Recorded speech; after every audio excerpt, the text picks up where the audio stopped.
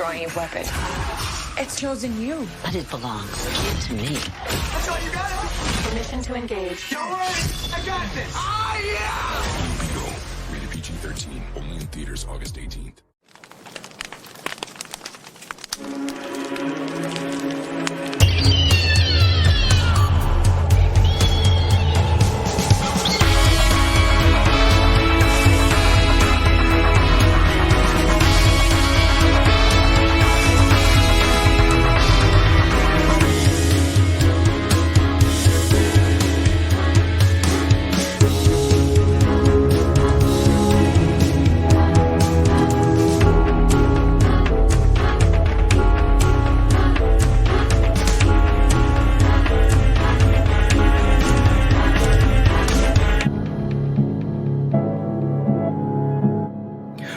Welcome, citizens of Gotham, to The Fire Rises, a Batman podcast focusing on all things The Dark Knight and his world.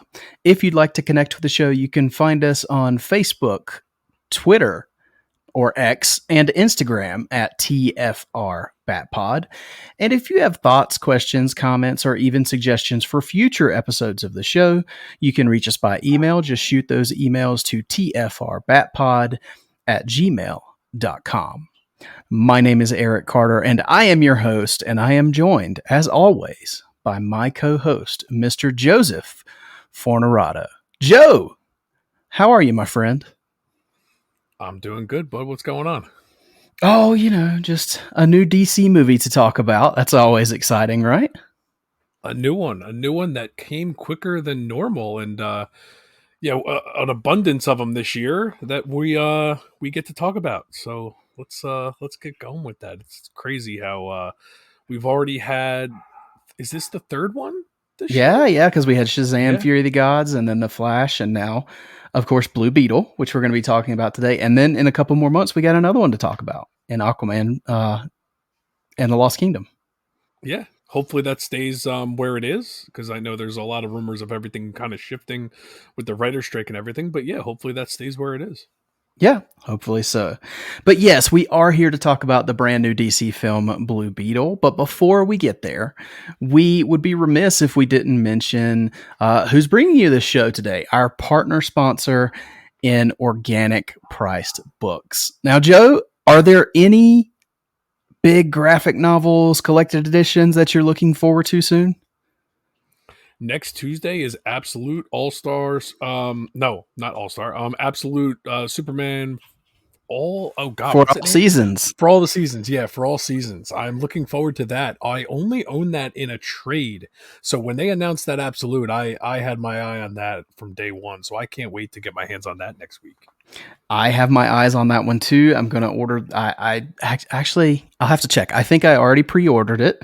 But we also have Batman. What is it? Oh gosh, the animated series comic. What was it? The Batman Adventures. Oh, is that the omnibus? Is that that comes out. When's that come out? I think it's November. I want to say. Oh, okay. So coming very soon. I thought it was a while ago. Yeah, but either way, if you're like Joe and I, and you're looking forward to getting a big, collected edition of a comic run, or you're looking for an absolute edition, an omnibus, or even just trade paperbacks, the best place you can do that is Organic Priced Books. Organic Priced Books is a small business that looks to bring those savings on these collected editions of comics to you, the consumer. There's a lot of them out there that do this, but Organic Priced Books is partnering with us, The Fire Rises, to save our listeners on these collected editions. So if you use the link in the description of this podcast, you go to Organic Price Books and you use our promo codes. And those promo codes are tfrbatpod to save $2 off of any order you place. Or if you want to save 5% on your total order of 3 books or more, you just use tfrbatpod, ship it together. And again, that link is in the description of this podcast, as well as those promo codes. So make sure you go to Organic Price Books and save on some awesome upcoming titles. Like I said, I'm really excited for those two I mentioned. I think there's There's a Hush omnibus coming later this year as well. So much Batman to look forward to, some Superman. And if you're into Marvel, IDW, Dark Horse, they've got it all. So make sure you go to Organic Price Books and check that out. Not only are you saving yourself some money, but you're helping us in the process. And we certainly appreciate that. A lot of you guys have already done it. So again, one last time, Organic Price Books. But to move on from that and into what we're here to talk about today, let's talk about some Blue Beetle.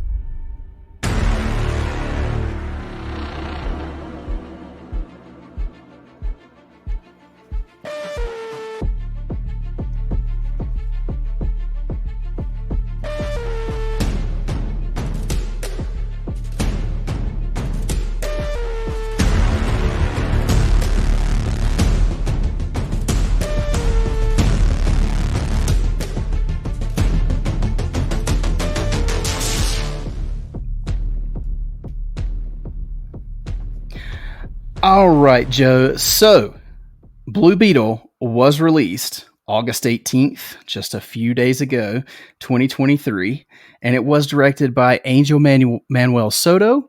It stars Zolo Maridueña, Adriana Barraza, Damian Alcazar, Raul Max Trujillo, Susan Sarandon, and George Lopez, and many, many more.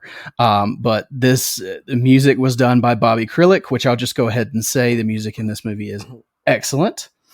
And then I noticed, I don't know if you knew this or not, Joe, this movie was released in El Paso, Texas on August 15th.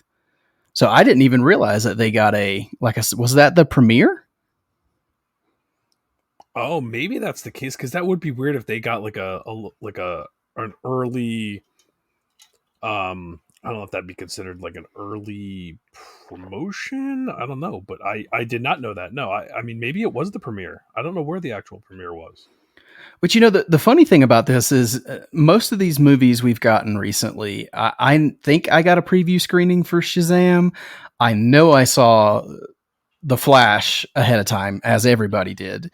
But there was really no like advanced fan screenings or anything that I know of for this movie. Do you know of any that happened? I think there were some on Wednesday. That's the only thing I remember seeing. A few people get early screenings on Wednesdays. I don't know how they went about doing it, but I did see some people on Twitter talking about that. But that's really the extent of it. Nothing earlier than that, and it wasn't a wide like scope like the other films were. And I took it as them trying to keep the budget down for this, like just try to not necessarily just put it out and, as some people might say, dump it and just cut their losses. I think it was more just because it was a lower budget. They saw what happened with The Flash and how the buzz was just so big, but it still didn't impact the box office that much. I think with this one, they were trying to just be a little conservative, and I don't blame them. No. And I think that hopefully this one, the movie will speak for itself, that it's almost like a pleasant surprise as opposed to this big box office. I mean, this big blockbuster that had such hype that anything could have been a letdown. I hope that this is kind of the opposite. Yeah, I would hope so. But we'll talk about box office and all that in a little while. But you and I both saw this on Thursday night, which was the preview screening the night before it technically released. So it's so weird that they consider Thursdays preview nights now, but they all release on Thursday. But yeah, so you guys know how we do this. Before we get into spoilers, we want to, because we don't know if you guys have seen it or not yet, so we want to give kind of some spoiler-free thoughts. So Joe, you and I both saw this Thursday, so tell me just some high-level thoughts on this without getting into spoilers. What did you think of Blue Beetle? I really liked it. I think it was a real pleasant surprise. I think I've said that already a few times now, but it really was. It was just, I don't want to even say this as a negative, but it wasn't anything mind blowing. It's not something that's going to change it's not going to change the superhero genre, but it was just a really solid family oriented superhero film. Like, it reminded me a lot of other films.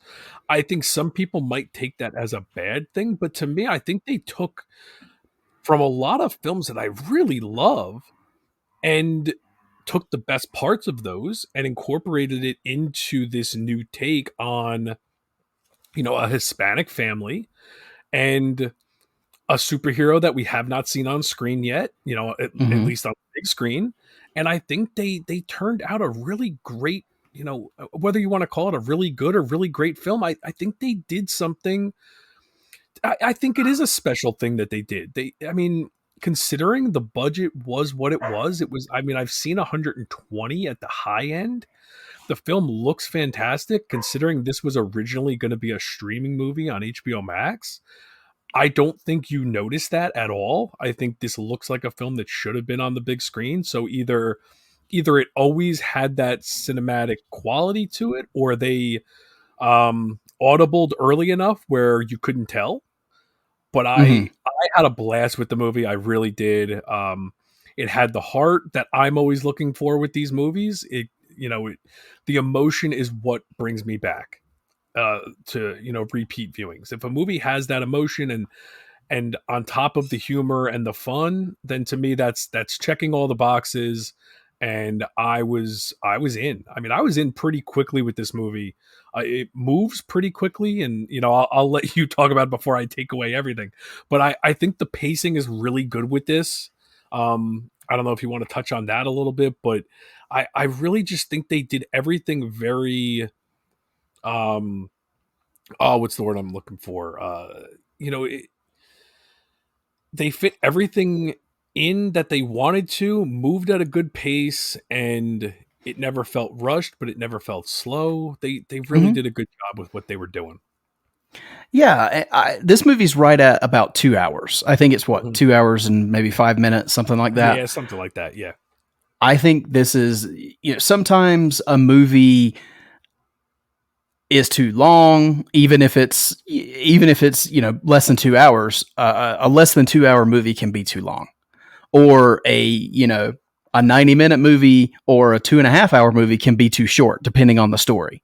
Mhm. I thought this movie was efficiently told. I thought it Efficient was the word I was trying to come up with yeah, before, but words are a loss for me sometimes. yeah, no problem. I just thought they did a lot with the time they were allowed, but it didn't feel like they were overstuffing it. Like, I think they did a very good job finding the sweet spot for the runtime on this one.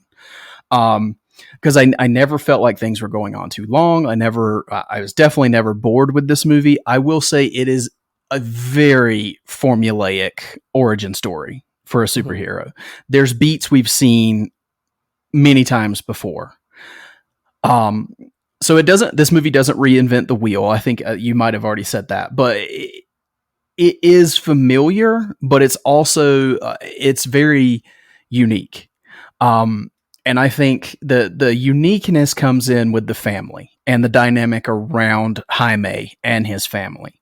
I liken it, the whole movie, as I was watching it, I kept thinking, this reminds me of Miss Marvel. And that's not a bad thing. That Oh, if that's such a great comparison. I didn't even think of that. Yeah, and if you know my feelings on Miss Marvel, then you know that's a very good thing for me. Um, I I really really like this movie.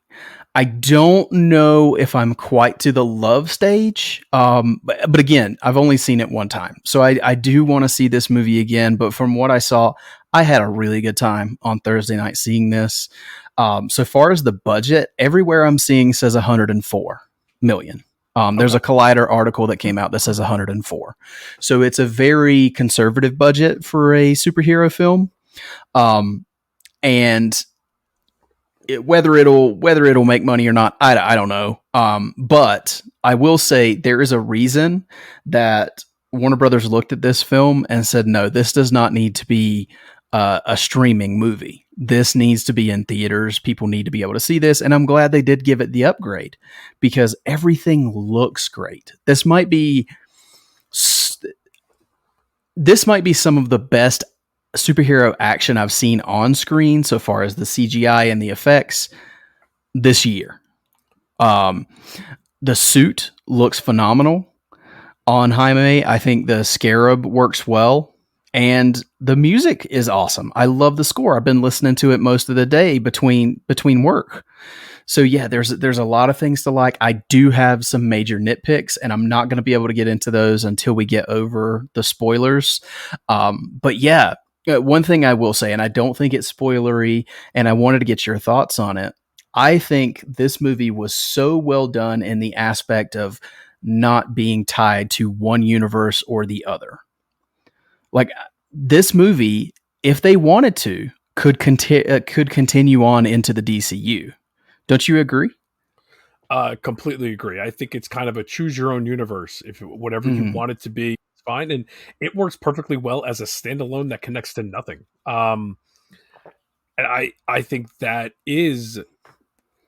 what was so refreshing about it. Was I had talked to you a little bit even before we had seen the film that it was a weird thing. I was talking to a friend of mine who came with me to see it, who's a pretty, we like to call a filthy casual. Yeah. He asked me, he's like, do I need to watch anything prior to this? And I'm like, no, it's completely on its own. He hasn't showed up anywhere else. You're good.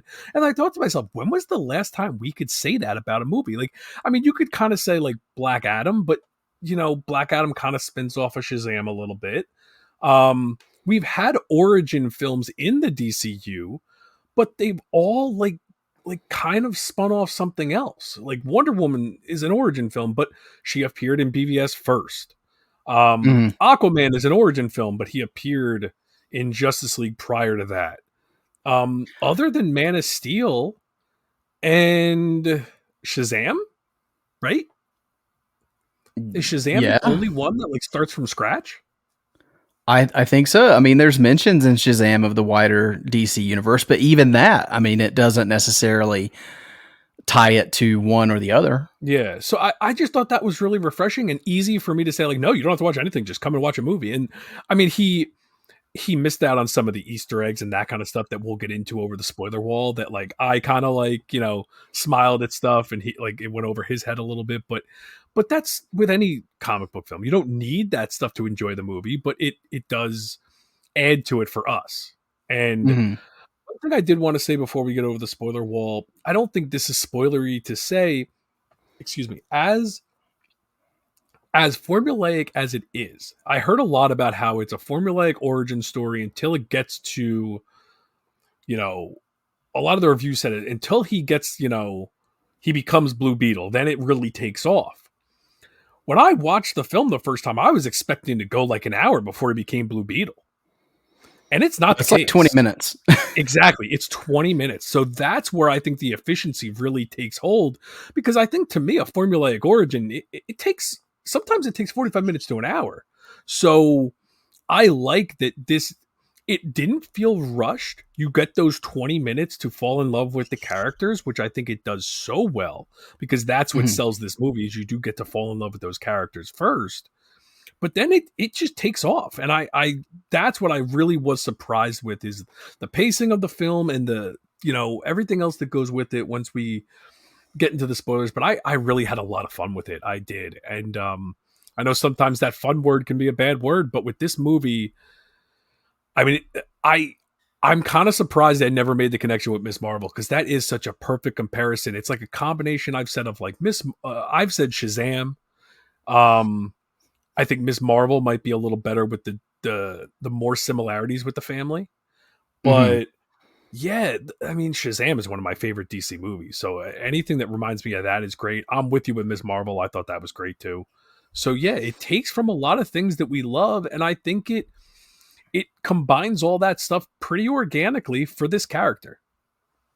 Well, and the other thing that I've heard said a lot is this is a lot like a Marvel movie. And I agree with that.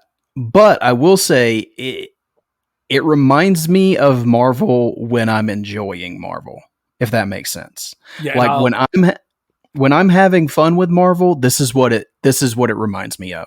Like phase 1 Marvel, I would even say. Yeah, I think Andy said that to us the other day, and I have to say I don't know if I didn't listen to the Holy Backers review yet. So he I haven't either. He may have said it on the review, but I know we were just messaging back and forth, and he said it reminded him of Phase 1 Marvel, and I completely agree with that. It's a good specificity there is Phase 1 Marvel, not where Marvel kind of got comfortable and started to veer off a little bit, in my opinion. I think Phase 1 Marvel is my favorite. Like, this reminds me of more of Iron Man, that kind of Phase 1, or origin story. And I think that's where I really fell in love with this. And yes, there are the obvious Ant-Man comparisons or Spider-Man comparisons. And yes, with most of these characters, they all take from each other. That's the comics too, not just the movies. I mean, the comics are very similar in their storytelling. So I think at this point where we've had how many of these movies between both companies, over 30 something, if you count the shows, 40 something plus properties, or at least not properties, but content, like, whether it be a film or a show, there's going to be overlap. There's nothing you can do about it. Yeah, absolutely. I will also say, just while we're still spoiler free, the representation in this movie I thought was amazing. And that you could take that however you want, coming from a white guy. But it kind of reminded me, and not on the epic grand scale or quality or anything like that, but it did remind me of what Black Panther did for certain communities. And this, I think, sheds a wonderful light on the Hispanic community and the family aspect there. And I thought they did a wonderful job with that. And I really enjoyed the fact that this family in this film, they actually speak Spanish through the movie. Like, it's not them constantly speaking English for us to feel comfortable. No, they go back and forth.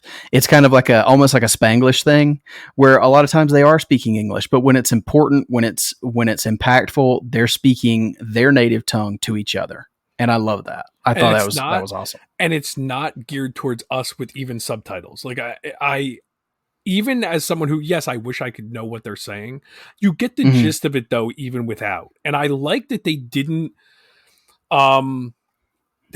spell it out for us two white guys. Like, no, that's not what this is for. This is for the Hispanic people to get these references, because that's what they deserve for this movie.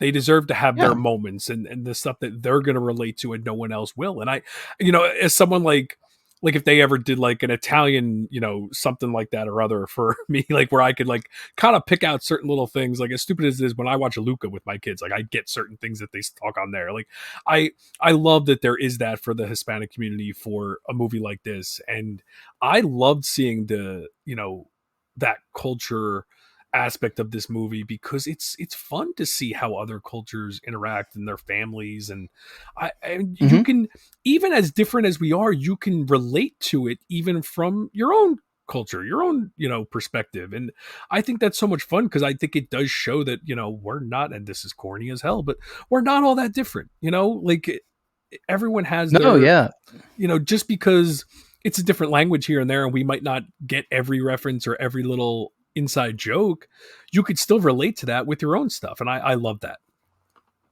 Yeah, absolutely agree. Okay, so I think this is a good spot to really just jump over the spoiler wall and get into it without any restrictions.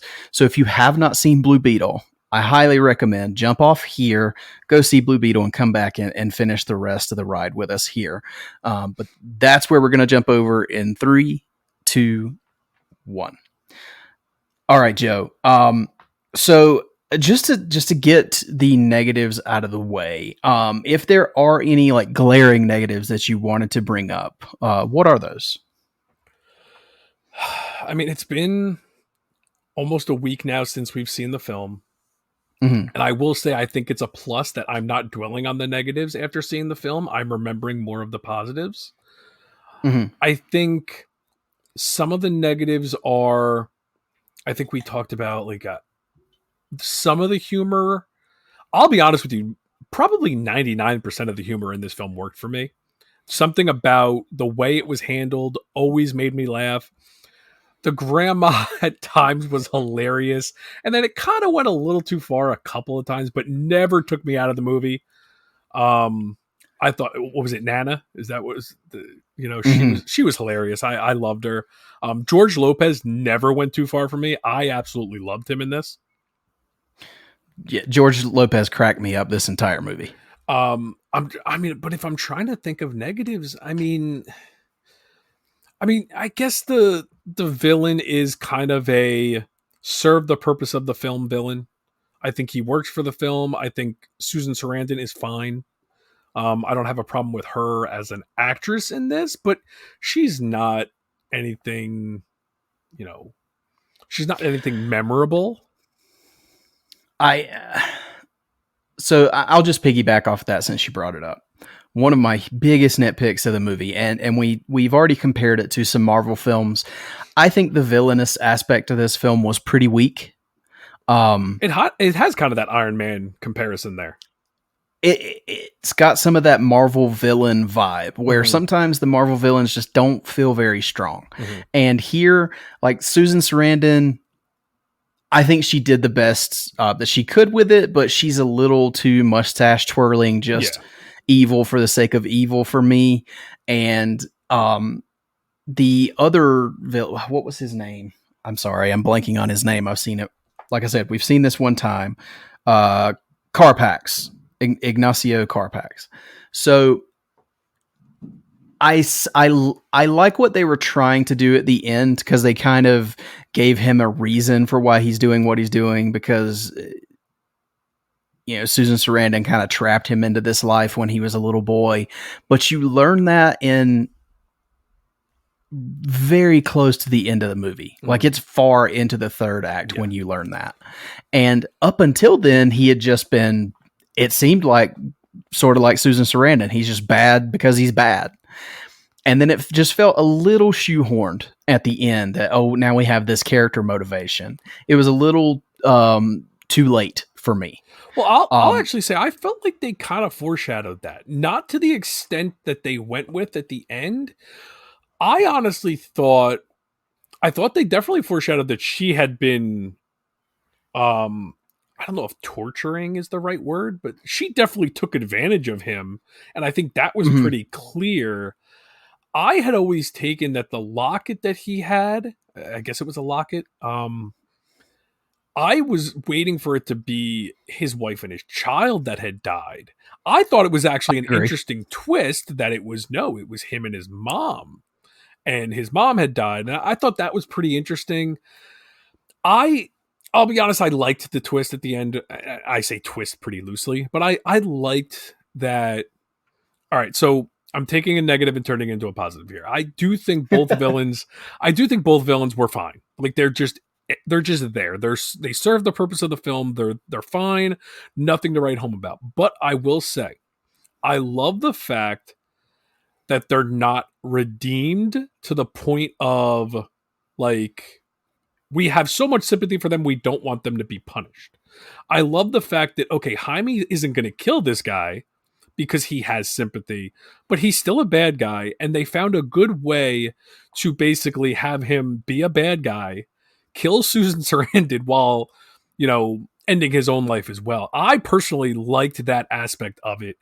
Because I think too many times nowadays we are like too scared to kill the villain now.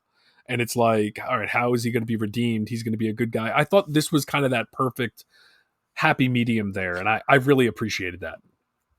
I'll agree with that because I do think it's at a spot where you can't redeem both of these people have done so many horrible things. You can't redeem them because it's not believable at that point. So I do appreciate that.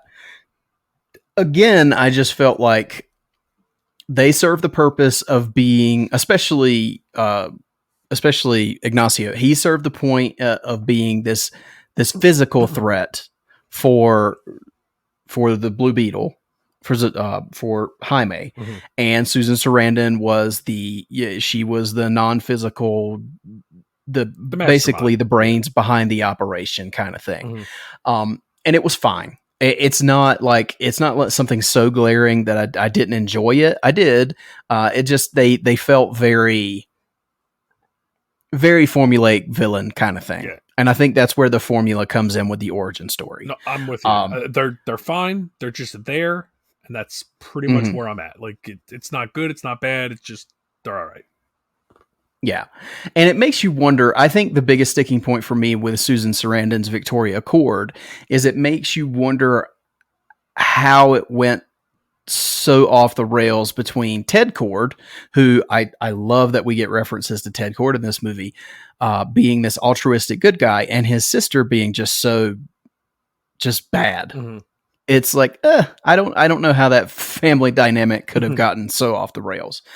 But either way, I think don't they kind of touched on that where yeah, but it was I didn't get what I wanted, so now I'm bad, kind of thing. Yeah, I think it was like it kind of evolved from, oh, they don't want to do weapons stuff, so I'm going to do weapon stuff, and it evolved from there. Yeah, I mean, listen, it's mustache twirling, evil for evil's sake. I agree, but at least they did acknowledge why.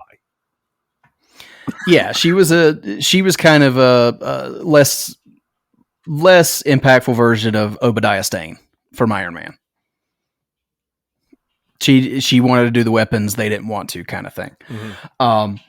But my other big nitpick was the humor. While I agree with you, most of it did work. There were a lot of laughs in this movie, and it was a fun community movie to watch with other people because the other people in my screening were laughing at the right times.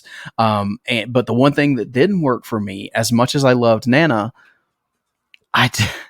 when she was this gun-toting badass, for lack of a better term, for some reason it didn't click with me. I thought it was a little too much. I loved Nana in the family moments.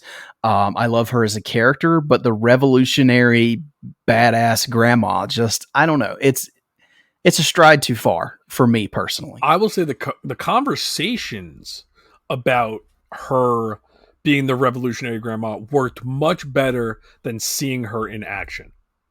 I thought the conversations were hysterical, like giving a reason, because I honestly thought they were just going to have Nana pick up the gun and just know what to do with it. I actually liked that they gave an explanation. Like, no, she was a badass when she was younger, and she just still remembers how to do it. I thought that was really cool. Yeah, I guess I'm just, and you shouldn't do this, but it's just where my mind went. I'm trying to imagine like my grandmother at her age being able to lift this huge weapon and just cackle and fire, and I can't get with it. Yeah, I guess. But again, it's a minor alien thing. Scarab connecting to a boy, completely plausible. Well, yes, absolutely. That's how my mind works, Joe. I'm sorry. Yep. But yeah, that's honestly, so far as the super nitpicky negatives, it's the villains and it's the grandma and it's the formula of the movie. Other than that, I don't have a lot of huge negatives to say about the film. So let's get into the things that we did like. I've already said it, but I want to say the suit. I don't remember the last time I saw a suit in a superhero movie like this, and I said, that is perfect. Like, I just thought the mix of mostly practical with some CG here and there, I thought they did a phenomenal job with Jaime's suit. The Blue Beetle looked phenomenal on screen. It did, and it looked phenomenal. I mean, I've complained a lot about the MCU Spider-Man suit, because I think the practical suit looks awesome, but then they put this CGI gloss over it to kind of, I guess, make it flow better when they're using a CGI model. I'm not really sure. Or the whole nanotech idea of it. Where in this, I love the fact that it looks exactly the same, whether it's the practical suit or the CGI, or, when the action is going, where it's clearly CGI, but it flows so well. And for the low budget that this had, I mean, not to pick on the Flash, because we defend the Flash, we defend even the CGI issues with the Flash. I think the problem with the Flash was that even with the elevated budget, there was so much CGI that there's just so much money and so many resources that you can use to make all that CGI look great. In this, they refined everything and used it where it needed to be to make every action scene look as good as it could be. And bravo, because it's hard to even look for the seams and pick them out. I thought the action and the CGI on that suit was unbelievable. I love that when it was just Jaime standing there and you could just get a close view of that suit, it looked perfectly real. It looked practical. You couldn't see that it was him in a motion capture suit, because we know there was a practical suit. Mm-hmm. I agree with you. It's perfect. And I'll say this, I think there's a lesson to be learned here for blockbuster superhero movies. You do not have to spend $200-300 million to get an amazing looking film. Because I mean, even outside of just the suit itself, the effects and everything in this film just look amazing. I just can't heap enough praise on how good this movie looks. And to your point, talking about Spider-Man and talking about the Flash, this is not a knock on the Flash and that suit, because I think I love the design of that suit. But at times when you're watching that movie, and it's because of how they built the suit and how he had to move and things like that, but you can tell there's a CGI overlay on that suit, and it's glaring sometimes. You can't say that about Blue Beetle. They just did such a great job with the budget that they were provided. And even to think that this was supposed to be a Max original, this was supposed to be a streaming movie that then got elevated to that. And I don't know what the budget difference was. I don't have those numbers available.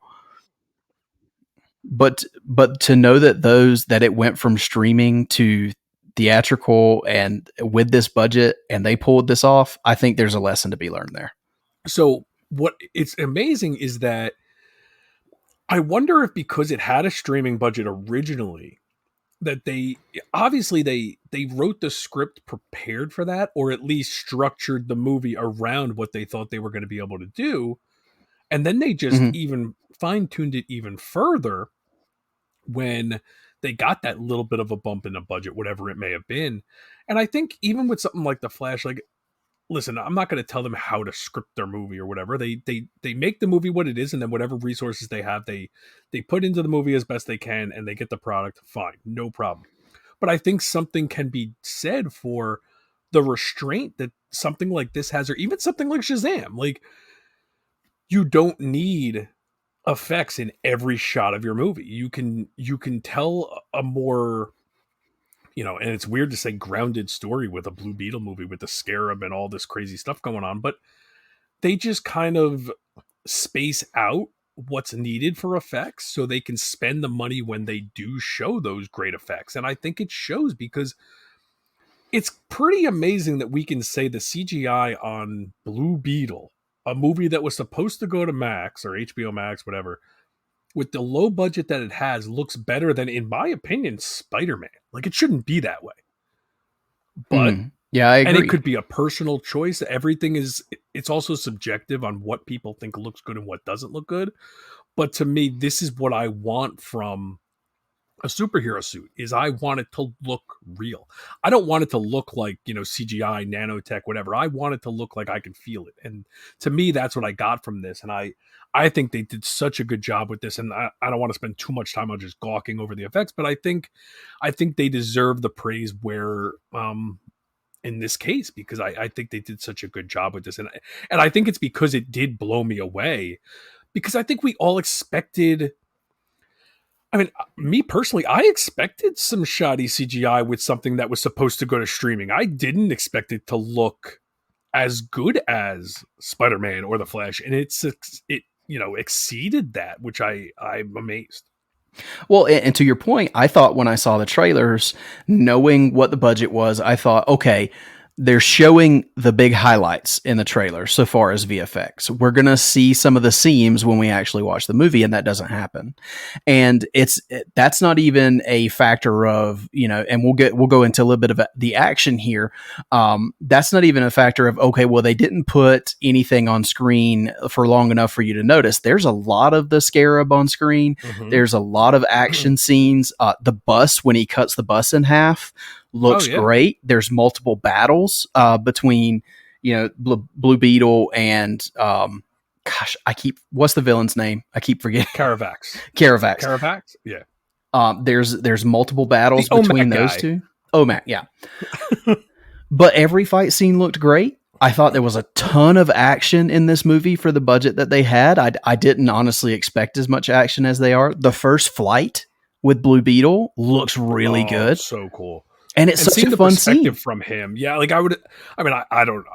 Do you think they used just a drone and got real images of the sky? Because it looks so cool. And like, it's creepy, like watching that, like putting yourself in his shoes, like just seeing the shot of just the heights that he's at. Like I'm not a heights guy, so that was definitely scary to me. Love the way that was shot, and I think they did so much practically because they knew they didn't have the budget for CGI. The CGI budget that they probably got after the fact was a bonus, so they weren't reliant on it. Mm-hmm. And let's talk about Jaime's first transformation into the Blue Beetle. That is some horror movie level stuff.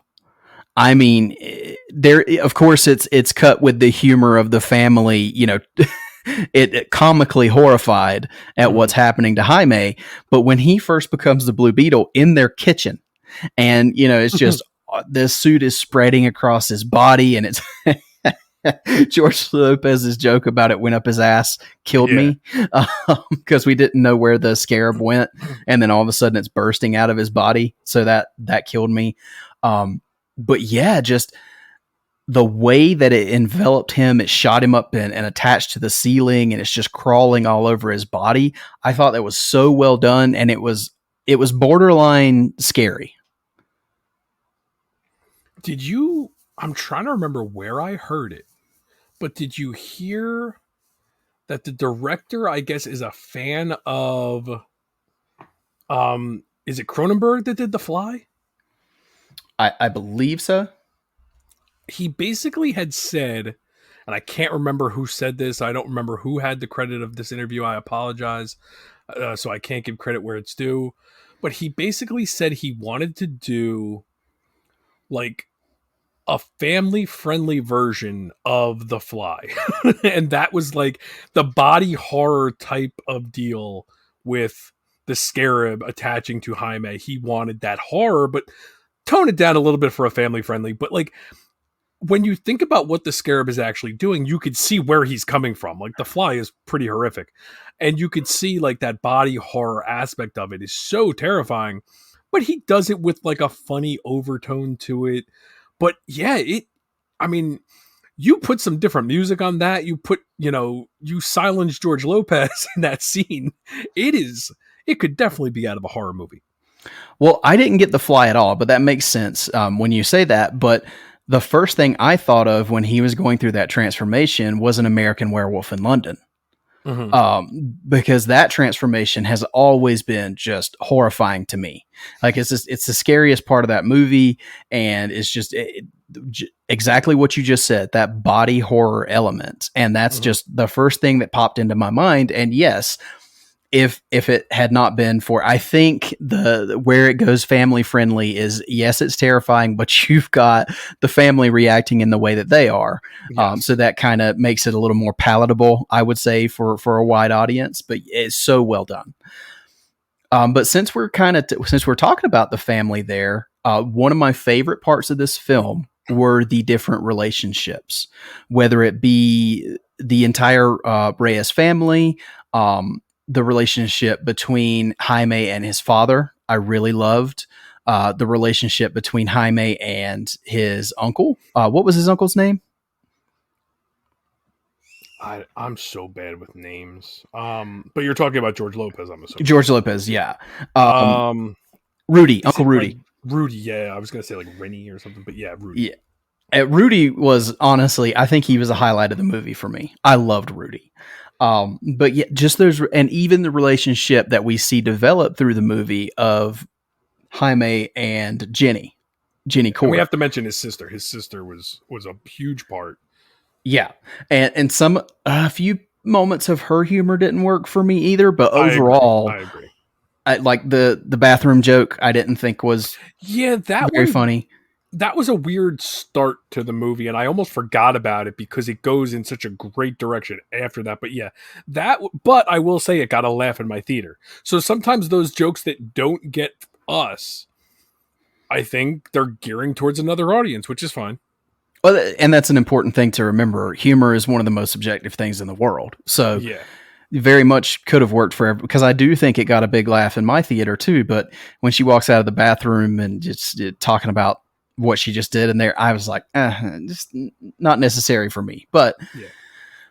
I love the relationships, and my favorite one, and I've told you this before, dads and sons, it just gets me when it's done well, and it was done so well in this movie because throughout the beginning of the movie, they kind of establish that the dad, Jaime's dad, is kind of the glue that holds this family together.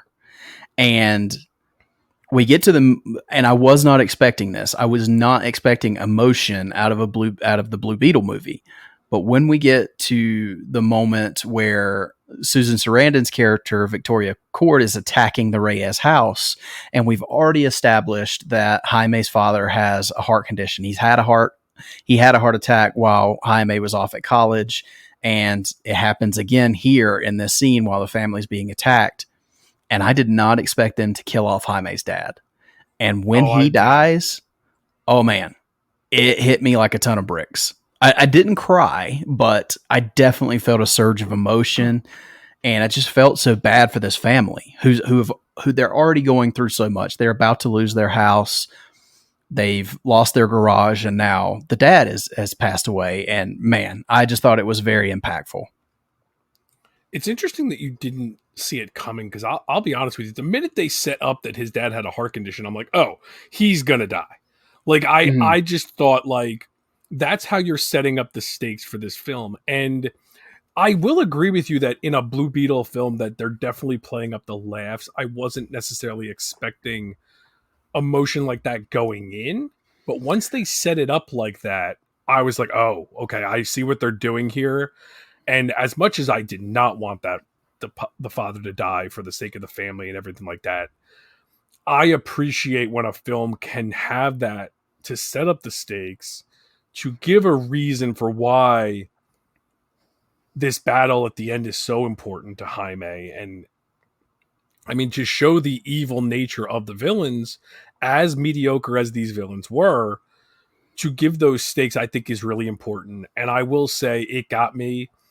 I obviously know the emotion you feel with the father-son stuff. I happen to be with one of my best friends watching the film who had lost his father a few years now. It's been quite a few years since he lost his father to cancer, but sitting there with him, knowing what's got to be going through his head while watching this, it got me. And it probably would have got me even if I wasn't with him, because I'm a pretty big softie, obviously. But man, it's done so well. It's done, poor choice of words, I don't want to say satisfying, but man, like when you tug at my heartstrings like that in a movie like this, they let the part play out. There's no, my favorite part of this movie, jumping to the end. Well, okay, so after the father dies, this is the Nana being, I'm sorry, is it Nana that says this? Nana's the one that says we have to get together now. No time for crying. Crying will come later. It's Nana that says that, right? Not the wife. Yep, correct. My favorite part of this movie, and I lost it, was the end when she says, now it's okay to cry, or now it's time to cry. Because I wasn't expecting that moment at the end. And it was so perfect. That to me, like we say all the time, like, that's bad writing, that's bad writing. That is some good writing. Like that. It is. I completely agree with you. That was a wonderful moment. It was so beautiful. But let me get back to Jenny to come in there. Yeah, absolutely. Yeah. But let me tell you the setup that I had in my head, because I did recognize the setup of the heart attack. When at the beginning of the movie, when Jaime comes back from college, they tell him all the bad news, and part of it is his dad had a heart attack. I thought where they were going, I did think that was going to come back, but I thought dad's going to have another heart attack. It's going to be because of the villain, and it's going to be, he's going to be hospitalized. It's going to be the driving force for Jaime to go after the villains. Okay. I did not expect them to kill his dad. Yeah. So when they did, I was like, holy crap, there's actually there's stakes in this film. Yeah. And when you see the dad in kind of the, I don't know what you want to refer to it as. It's the sequence where like Jaime's on the verge of death and he sees his dad.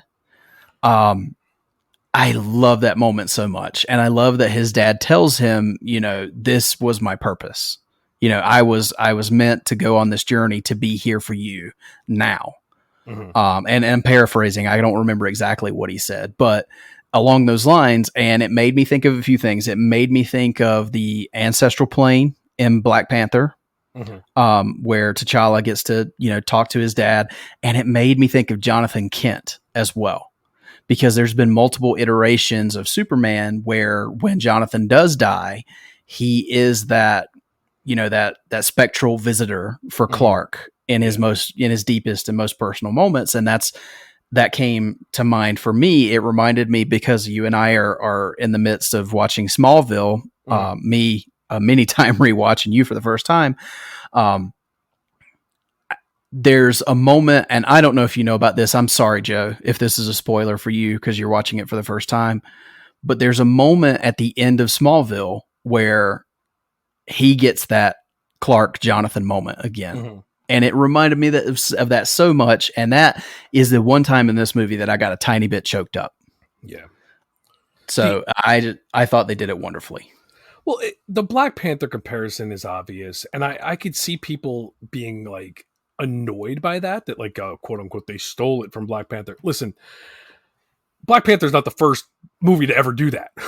Like, no. I mean, this has been a thing forever. It's a religious thing. And I love the fact that you could take it either way. If you're a religious person, yes, you know, they're basically at the gates and their loved one is telling them it's not their time. Or you could look at it in a non-religious sense and just take it as, you know, whether it be a dream or just a remembrance of how their father, you know, talked to them. And it's just, you know, having that sense of what my father would say to me at this moment, and knowing that it's not my time to go yet, but my father is always going to be there with me no matter what. It's a beautiful moment. I don't care that they took it from something else or it reminds you of something else.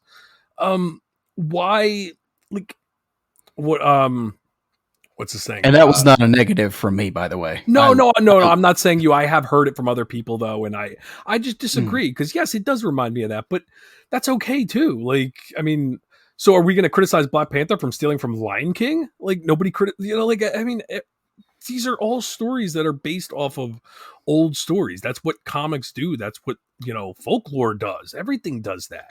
It's okay. Well, the amazing part about that is, as someone who has lost their dad, there's a lot of moments in life where you think, you know, what would my dad say to me in this moment? Or what would his reaction be to this? Or what advice would he give here?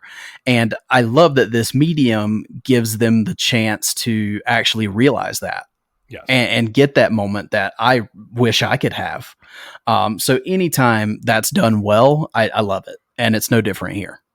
I agree. And I love that it works for someone like you who unfortunately lost their dad at a young age. And for someone like me who I'm thankful that my dad is still here.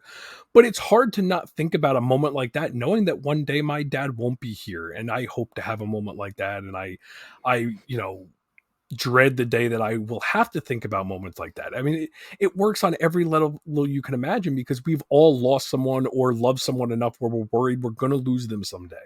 And whether it's from another movie or reminds us of another movie or not, they're still hitting us in that core emotion. And that's what I appreciate the most. We're talking about a Blue Beetle movie and we're both getting choked up thinking about it. Like, that's what makes these movies live on. I'm sorry. Like, that's what makes these movies memorable. Sorry. Like, it's, I can't say enough things about the DC universe as a whole. Always finds ways to hit us with the emotion.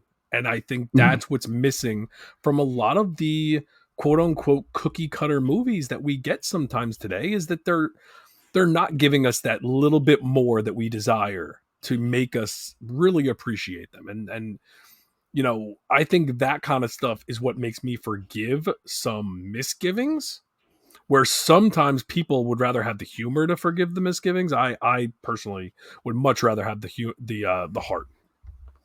Yeah, absolutely. So another moment I do want to bring up is I love that this movie goes out of its way to not only highlight our current Blue Beetle, but also look back at the former version of Blue Beetle in a very respectful way. I love that we get the bug, Ted Kord's ship. We get his cave, for lack of a better term, which looks awesome, by the way. We get to see the old Blue Beetle suits, and we get a lot of backstory about Ted Kord, and that's fantastic to me. I like that there's you can tell that when we're in the Blue Beetle lair that it seems like it's from a bygone era. Mm-hmm. And that's just so cool. And I love that not only do you see all this stuff, but they implement Ted Kord's tech later in the movie because the family needs a way to fight too. And they use Ted Kord's tech.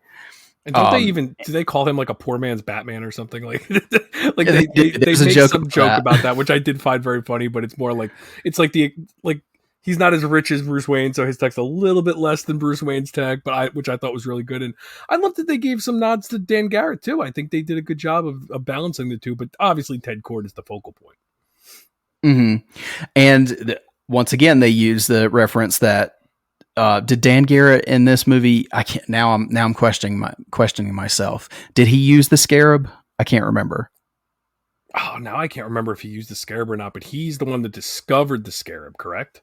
Mm-hmm. Yeah, and I think they did go that Indiana Jones route with Dan Garrett again. And I will say, while we watched this movie, I thought to myself, I'm so glad we watched those Brave and the Bold episodes because, man, like there was some really big nods to those episodes in this movie.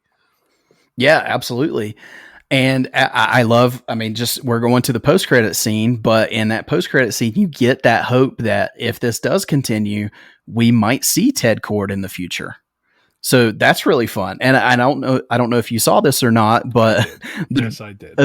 The director he said he wants Jason Sudeikis as Ted Kord. Ted Lasso is Ted Kord. That is perfect. How awesome would that be? So it's funny because I do think that's great. But I will say, as someone who I think Ted Kord's death is so important, it's weird for him to be missing for, let's say, 20 years, whatever it's been. And then to bring him back, it's almost like, well, you can't kill him now because he's been gone for 20 years. Like, what are you going to do? Bring him back to now kill him again? But it's a little Ant-Man. Like he's been stuck somewhere and can't get back kind of thing. Mm-hmm. But it was a nice moment for the post-credit scene. Agreed. I'll say that. And if they never do anything else, it's a fun little Easter egg that Ted Kord is still out there. Well, the mid-credit scene wasn't as good as the post-credit scene. I don't know if you stayed for the post-credit scene. Oh gosh, I did. That was such a waste of time. I did warn you. You did warn me, but I got to stick it out with these things, at least the first time. Yeah, I stuck it out. I don't think I'll ever waste my time in the future. Oh gosh. Okay, we're over the spoiler, so I can say it. For anyone, I love that kind of stuff, though. To be honest with you, like, yes, I'm like, oh, like I didn't need to stay for that. I like when they kind of just punk you with the post credit scene because it's like they know we're all like waiting for something like so relevant. Like everyone makes fun of the Spider-Man one where it's like, so you thought there was going to be something else with Captain America, whatever the end of that one was. I actually personally love those, like, because it's like we don't need anything else. Like, go home, people. It's Ferris Bueller. Oh, absolutely, is what it is. Absolutely. But yeah, it's a little animated scene. You do not need to stay for it. It has no bearing on the story or any stories going forward whatsoever. So yeah, Joe warned me and I'm hard-headed and I stayed until after the credits. I think I was the only person in the theater that stayed. And so there's funny. So that joke. What's funny? I'm sorry, just real quick. Yeah. What's funny about that is like the custodians for the theater, they were standing there at the entrances looking at me, and I could tell the way they were looking at me. They were like, "Look at this idiot! Just get out of here, dude. This is not worth your time." I want to tell him so bad, but I don't know how to tell him. Yeah. So, there are two things that I thought were hilarious, but I didn't get either one of them. One is that cartoon. Like, I don't get why that was funny during the film. I don't know if it was I don't remember what the reference was for that cartoon while we were watching the actual movie. But then there was also, they kept making a joke about, I guess it was the Spanish soap opera. Yeah. Which I love that they don't explain that joke to us. Like, you get it, but you're like, oh man, I wish I got this better because I don't understand it. But I love that they don't like talk down for us. I think it's hilarious that the Hispanic people that watch whatever show that is are like, oh, that's hysterical. So the only reason I know a little bit about this is because North Carolina has quite a large Hispanic population, and that's where I'm originally from. And so we had a Hispanic firefighter when I worked for the fire department that loved watching Telemundo, and Telemundo is primarily soap operas. Oh yeah, I know what Telemundo is. Like that's a big thing around here too. Yeah, and the cartoon, the reference back to that's what Uncle Rudy used as the security car distraction. He plastered that all over the security cameras. Yeah, so it was a little bit of a callback to that. But yeah, that it reminded me of watching. I don't know if you remember Muzzy. I took Spanish in high school, so we watched a lot of Muzzy, which was a Hispanic cartoon that kind of helped you understand Spanish, teach you Spanish. But yeah, that's the first thing that I thought of when I saw that. I didn't need to see it in a post-credit scene. But yeah, the Ted Cord tech, going back to that, how awesome was the bug? Oh, the bug was so cool. And I love I mean, I know people could say like, oh, how do they know how to fly? That stuff never bothers me. I think it was so much fun seeing the family in the bug and seeing them try to figure out how to fly. Okay, that was one joke that I thought was rough, was the fart joke. The fart joke. I'm trying to when they attacked the bug farting was like blowing up everything. Like the flame coming out of the bug's butt was like, he literally hits like a fart button or something. Yeah, but post that, when they actually went into the bug attacking all these bad guys and the music kicked in, I can't remember what song they were using at the time, but oh man, it was a good needle drop. I was a little concerned about that because it was a needle drop, and I'm like, oh, Joe's not going to like this. No, because it was done only once or twice in this movie, and I want to say they did a couple like with Spanish versions, which I appreciated. I'm trying to was it Motley Crue? What was the final? Was it like an 80s metal band though? I don't remember now. It may be. I think so. Yeah, I think you're right, but I can't remember exactly. I don't remember who it was. But yeah, another thing that I thought was hilarious in this was the running joke of Uncle Rudy's truck being destroyed. As they use this to try to, they took Rudy's truck, Jaime and Jenny take it to the city to get into Cord Industries, and they bring it back and it is destroyed. Just the love of his truck was the best. Like I love how much he loved this truck.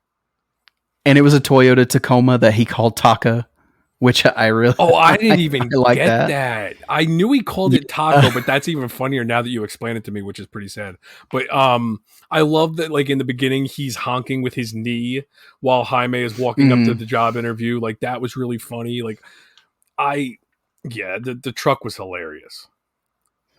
Yeah, it absolutely was. And there's a lot of little moments like that. And you were talking about, like, the joke about... Ted Cord being a poor man's Batman. Mm-hmm. There's a lot of little DC universe references in this film. Yeah. I told you, and I don't think you caught this, but when you get that first establishing shot of the city, you see, of course, Cord Industries is up front and prominent, but I saw LexCorp in the background, which I thought was a really cool little nod, because you get like these satellite locations of LexCorp.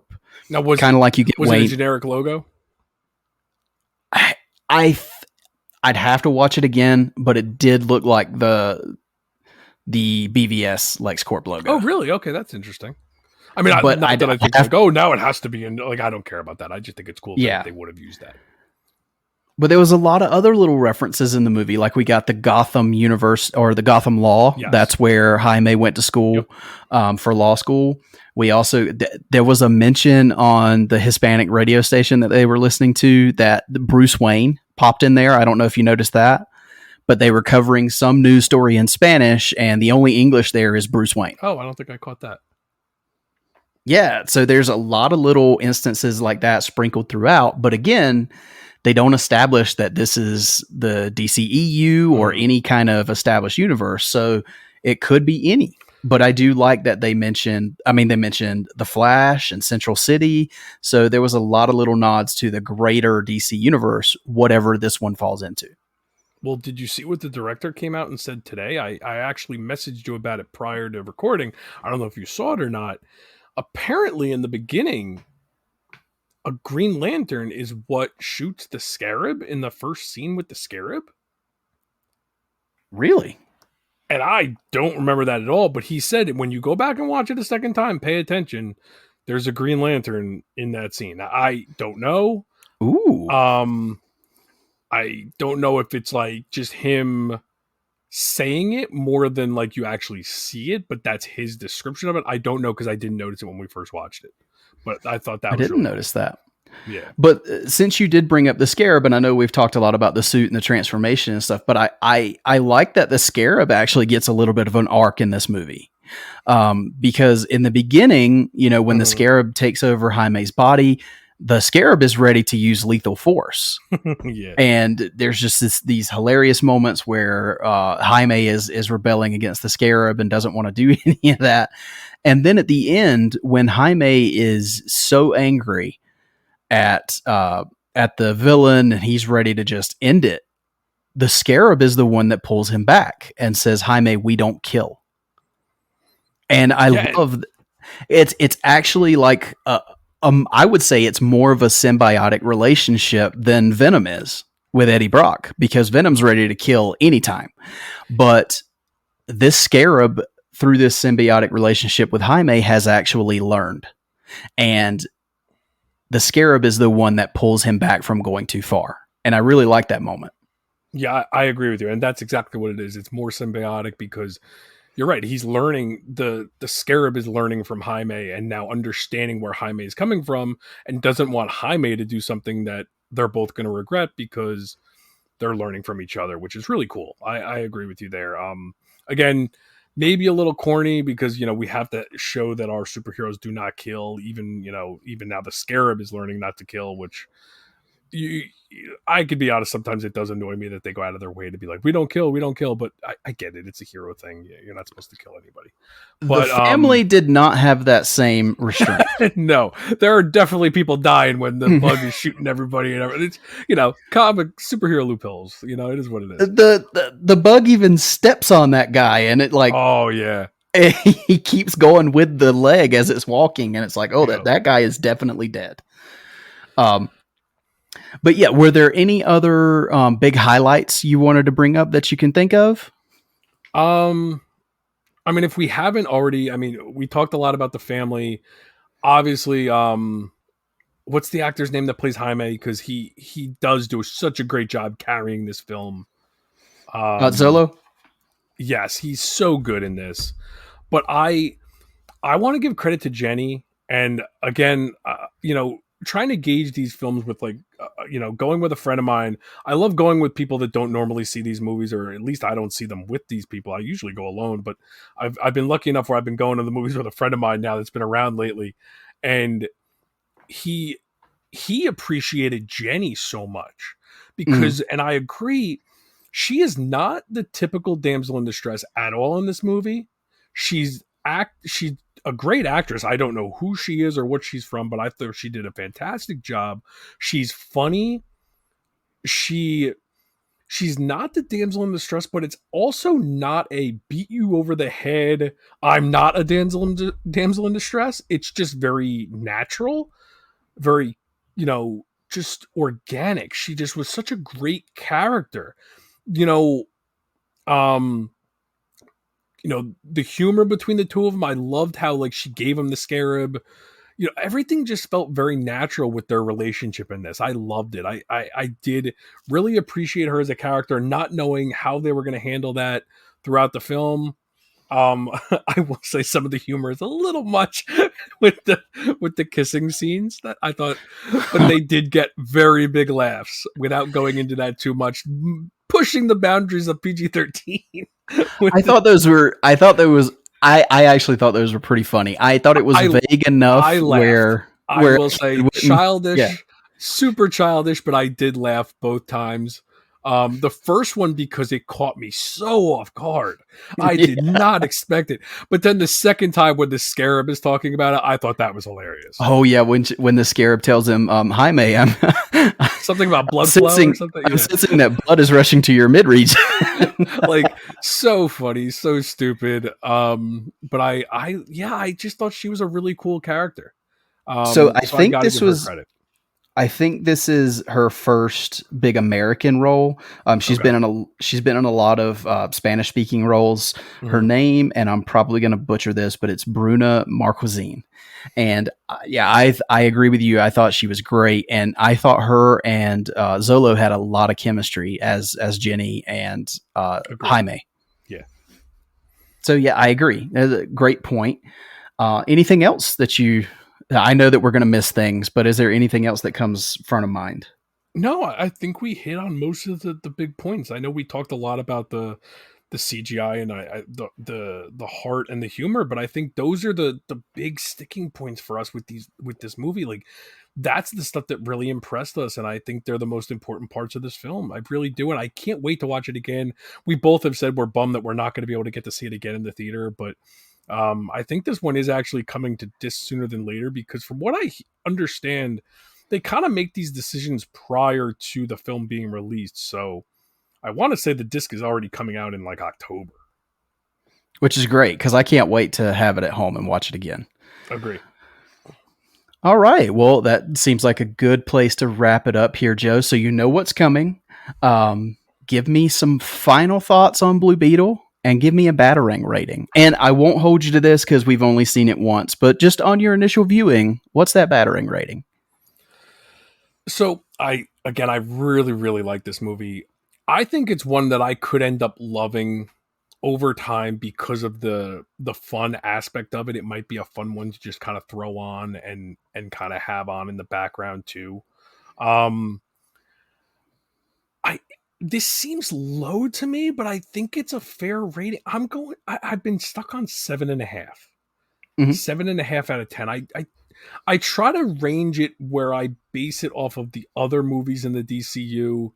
Like if I'm ranking, like, okay, if I'm going to have it here in the ranking, where are those other films in my like Batarang ratings? But I think 8 is love. So I think I'm at 7.5. It's like just there. And I think it's a good 7.5. Like to me, 7.5, that's still close to 4 out of 5, you know? Yeah. It's like 3.9 out of 5. Yeah, absolutely. For me, this is a movie, again, I don't think there's it's not earth shattering. There's no new ground broken here so far as storytelling or a superhero film, especially an origin. However, I do think it's very refreshing that it's a very family friendly film. I think it's a 4-quadrant film that you can sit down with your family and enjoy. And that is refreshing to me. I think the effects are amazing. Once again, I think one of the biggest reasons I do want to see this again is just to really take a look at those amazing special effects that they had, especially on the budget that they were working with. And I think the performances all around are really good outside of the one-note villains. But yeah, it's one that I can't wait to see again, and I reserve the right to change this rating in the future. But for now, for me, this is a solid 7 out of 10 Batarangs. I kind of looked at it like you did. I was looking at kind of my other rankings of the DC films, and I don't know where I would put this on my list of DC films yet. But as of now, yeah, 7 out of 10 Batarangs for me on Blue Beetle. So, Joe, we have come to the end of another review for a DC film. It's always fun when we get these, and we have another one again coming soon in December, as long as everything holds with Aquaman. So can't wait to get to that one and get another review out there. But thank you, Joe. This has been a lot of fun, and I look forward to revisiting this one soon. But until we come back again, why don't you let everybody know where they can find you out there on social media? You guys can find me on Twitter, Instagram, and Letterboxd as jforn11, and on Facebook as Joe Fornarato, Fornarotto. Awesome. And as for myself, my personal accounts can be found on Instagram, Letterboxd, and X or Twitter at mecarter89. That's mecarter89. The show can be found on Facebook, Instagram, and X at tfrbatpod. Once again, if you have any thoughts you want to send to us, you can shoot us an email. That's tfrbatpod@gmail.com. If you're looking for a way to support the show, the easiest way to do that is to leave us a rating and review on whatever podcast platform you listen to us on. If you do leave us a written review on Apple Podcasts, we will read those on the show, as well as the emails that you send in. If you're looking for another way to support us, we don't ask that you spend a dime on this show, but if you'd like to, you can go to redbubble.com and search Shop TFR, all one word, and find our awesome logos created by Justin Kowalski on all kinds of cool merch there. Our theme song was created by the very talented Gaurav Venkateswar, and his work can be found on gvtunes.com.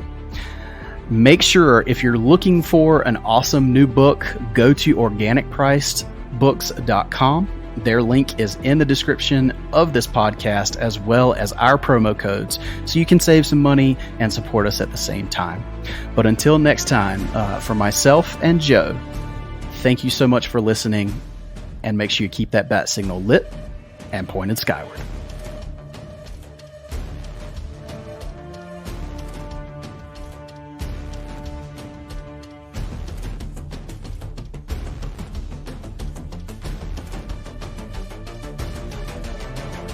Batman was created by Bill Finger and Bob Kane, and is the sole property of Warner Bros. Discovery. The Fire Rises, a Batman podcast, is in no way associated with Warner Bros. Discovery, DC Comics, or DC Studios. The thoughts and opinions of the participants of this show are their own, and do not represent the companies that they work for. Thank you for listening. We'll see you on the next episode.